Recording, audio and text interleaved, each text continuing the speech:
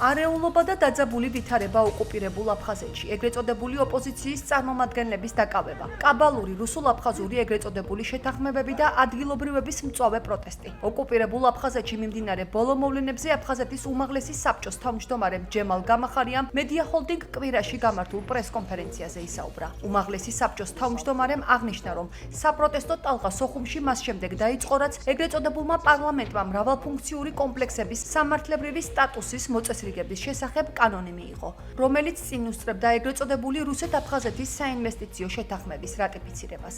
Ესეთი სვლა გააკეთა ხელისუფლებამ, de facto ხელისუფლებამ კონსტიტუციური კანონი მიიღეს, რომელმაც შემოიღო მრავალფუნქციური ობიექტის მშენებლობა უნდა დაეკანონებინა ამ ეგრეთ წოდებულ საკონსტიტუციო კანონს.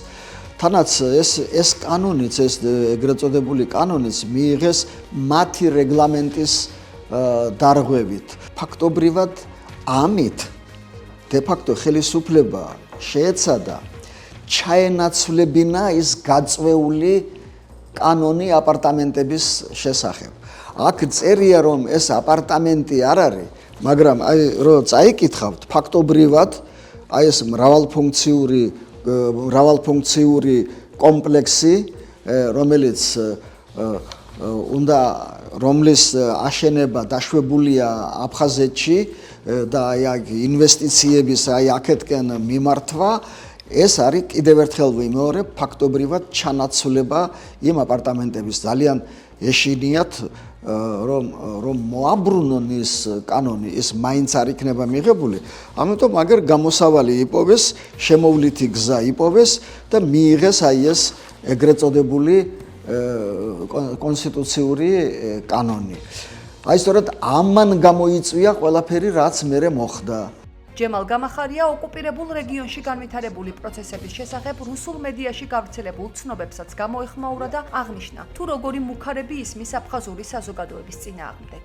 ძალიან გარკვევითაც იკითხება ღია მუქარები აფხაზური საზოგადოების მიმართ, რომ ეს წინააღმდეგობა იქნება ჩახშობილი რუსეთის ხელისუფლების მიერ, თუ ეს ასე გაგრძელდება.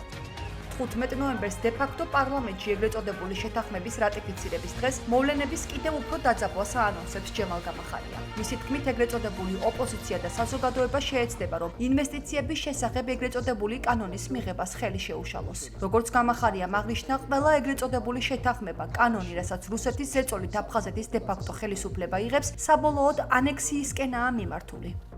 ოპოზიცია და საზოგადოება შეეცდება, რომ ხელი შეუშალოს აი ინვესტიციების შესახებ კანონის მიღებას.